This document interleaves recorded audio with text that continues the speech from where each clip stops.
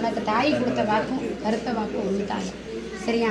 குடும்பத்தில் இருந்து நீ எல்லாத்தையும் இழந்து தான் இந்த இடத்துக்கிட்ட வந்து நிற்கிற. சரியா? இந்த குடும்பம் கை கொடுக்குமான்ட்டு குடும்பத்தில் வந்ததுலேருந்து ஒவ்வொரு பிரச்சனையும் எட்டி பார்த்துக்கிட்டு தான் இருக்க. சரியா? குடும்பத்தில் எதுவுமே சரியான நிலைக்கு இல்லை. வந்த இடம் வந்த ஆள் அப்படி. சரியா? உன் குடும்பத்தையே பிரித்து வச்சு நீ வேடிக்கை பார்க்குறது.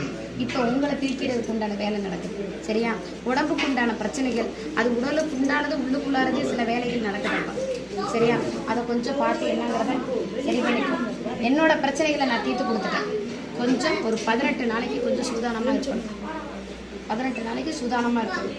அந்த சூதானத்துக்கு நான் 18 நாள் கழிச்சு என் இடத்துக்கு நீ வரும்போது உன்னோட நிலைக்கு நீயே இருக்கிற குணத்துக்கு சொல்லுவேன். சரியா? பிடிச்சிக்கோ. அது கையில் வச்சுக்கோ.